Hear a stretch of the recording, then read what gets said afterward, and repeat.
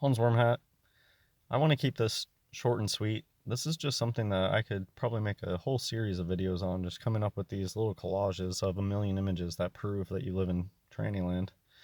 And let's just get into it. These are things that I often think of. King Tut's feminine hips revealed. A virtual autopsy of King Tut, drag king. King Tut has revealed that he had feminine hips, buck teeth. That was actually a really interesting thing. I had a video not too long ago. One of the features of eunuchs is that they have these giant buck teeth. Their front, their two front teeth are enormous, and their canines are smaller. And I just know myself. I have large canines, and my front teeth aren't large. So, and think of how many fake teeth. All the actors, just a known thing. All the actors have fake teeth, and orthodontia is so common. I grew up in California, almost completely inverted at this point, California, and almost everybody got tons of dental work done. People do not have their natural teeth anymore. If you're an invert, they they have so much dental work done. It's insane. My Rex bro had a palate expander and had like half of their teeth ripped out of their face, and nowadays they just have veneers. So yeah, King Tut has feminine hips. There's this Amelia Earhart stuff. Once thought they came from an early Polynesian male. Uh, there were just these weird stories about Amelia's skeleton being male. Have we really found Amelia Earhart's bones? They rep- they represented the remains of a short, stocky European male. Although, or even a half caste. Look at that.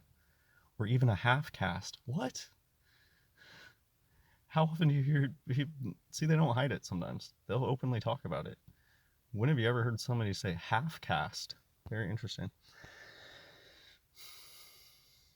We'll just go across the top, I guess. Mother told me a couple years ago, sweetheart, settle down and marry a rich man. I said, Mom, I am a rich man. Disclosure is a form of their Kabbalistic, I don't want to call it logic, but it's the way that they think.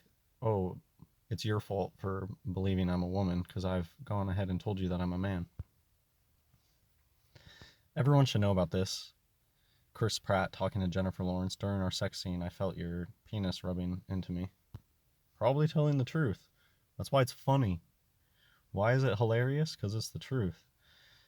Think of how people use humor as a form of uh, coping. It's a coping mechanism. They learn to joke about it. If they can make jokes about it all the time, it's not so sad and depressing how they're all inverted. And it's like the layers thing. There's layers to it. The reason that they're laughing is not because he just said some infantile joke. The reason that they're laughing is because it's the truth. And yeah, why do movies like this exist? There are so many movies, so many TV shows, bosom buddies. Why does something like that even exist? And that's enough proof for me. In a normal, sane world where there's not all these inverts running around, there would be no reason to make a movie like that. How do these sickos even come up with this stuff? It's because it's real life. Art imitates life. I'm sure you've heard that before. I'm sure you've heard before, write what you know about. Well, clearly, these writers are a bunch of sick individuals that have a lot of secrets about men versus women, women versus men, pretending to be women when you're Victoria's Secret. It's not even subtle. It's like so on the nose what Victoria's Secret is. Glenn or Glenda, we got Prince. I'm not a woman, I'm not a man, I'm something that you'll never understand. In the polka dot, black white, white black duality. Iggy Pop, I'm not ashamed to dress like a woman because I don't think it's shameful to be a woman. And yeah, just stuff like that. Have you ever noticed that they pretty much all dress in drag, and they basically all support the LGBTQ stuff. Even the ones who are like anti that, you can tell that they're like putting on an act. Oh, you're Chuck Norris and you want to be Red Lodge, and you know, they're putting on an act. They all support the tranny thing because that's what they are. Punk, like what's punk about dressing in a dress? Like nothing. It's they they all do it because that's what they are, and then they'll just put their spin on it. I think of the South Park people when they were forced to dress up and drag, and then they try to pretend like it's all a big joke. Look at that, 1926, orange, bright orange. So they haven't changed. They've been doing this thing for a long time. Bright orange, masculine women, feminine men, 1926, nothing new. If you're a rich and powerful person, you don't do ridiculous, embarrassing things like dress and drag for the cameras. But if you're a drag, if you're one of those people, it's another day at the office. Jessica Alba's a man. Jessica Alba's a man. Megan Fox is a man. Literature is all about these people. Kurt Vonnegut, he was a funny-looking child who became a funny-looking youth, tall and weak, and shaped like a bottle of Coca-Cola. Eunuchs were often taller, sometimes stronger than average, and were frequently employed as the core of an imperial guard. That's a good topic to get into.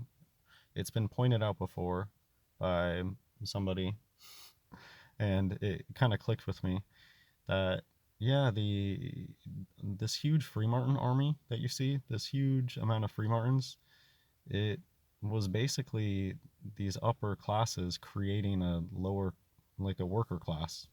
They're the worker bees, the drones, the huge Freemartin army. Um, and they are often taller than. I mean, I'm short. I'm 5'7", and most Freemartins are way taller than me. Eunuchs get tall. Let's just keep going. I mean, I don't have to say much about this duality, male, female, theater that these inverts put on. Oh, I guess theater. They admit to us about, oh, in times past, the women were played by men. And it's like the Mitch Hedberg joke. I used to do drugs. I still do, but I used to too. It's the same thing with this invert thing. Oh, did you know that back in the day, the women parts were actually played by men? Well, yeah, and they still are. That's the joke. And I think of kabuki theater in Japan. All these different cultures did the same stuff. In Japan, it's still like that today. Freemartins are the ones that play the female roles. And it's really interesting. For a while there, I was watching some kabuki stuff, and it was interesting hearing the Freemartin kabuki actors talk about the little things that they did. They were like, oh, we hold our hands, they hold their hand, they curl their fingers because it makes their hands look more dainty, and just they had all these little tips about how to pass better. I just thought it was interesting. Lady Liberty, everybody knows the Statue of Liberty as a dude. The military, people that you think of, just have it, everybody knows this. You think of these people that are like 6'6". They love being 6'6". 6'6", 300 pounds, which they think is like strong or something, but they're fat. And they have the most cuddly teddy bear personality. Or you find out that they like to put on their wife's clothing and stretch it all out. Or like the military, what is the military doing putting on a drag show out in the middle of the ocean? Yeah, why do so many men, alleged men, love dressing up in women's clothing and posting about it like it's a big joke? I mean, a part of them is female. A part of them really likes to do that and probably feels sexy doing it. My Rex dad says disgusting stuff sometimes. The loungewear that my FTM dad likes to wear is like sportswear, like really tight, like leggings basically. And he says disgusting stuff about, oh, it feels sexy. These people are gross and infantile, and I'll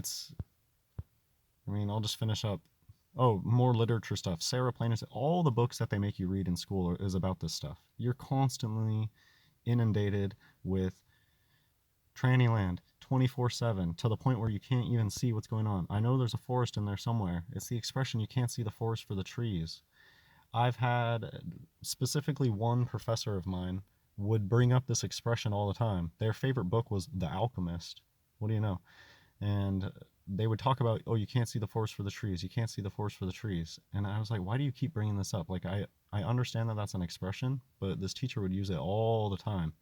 And it's because it's a big part of life. It's just a big part of this Babylonian deception. The reason that people don't wake up is because it's everywhere. It's always been there, and it completely surrounds you in every aspect of your life. Somebody that works on a dairy farm doesn't smell the cow crap that's all around them.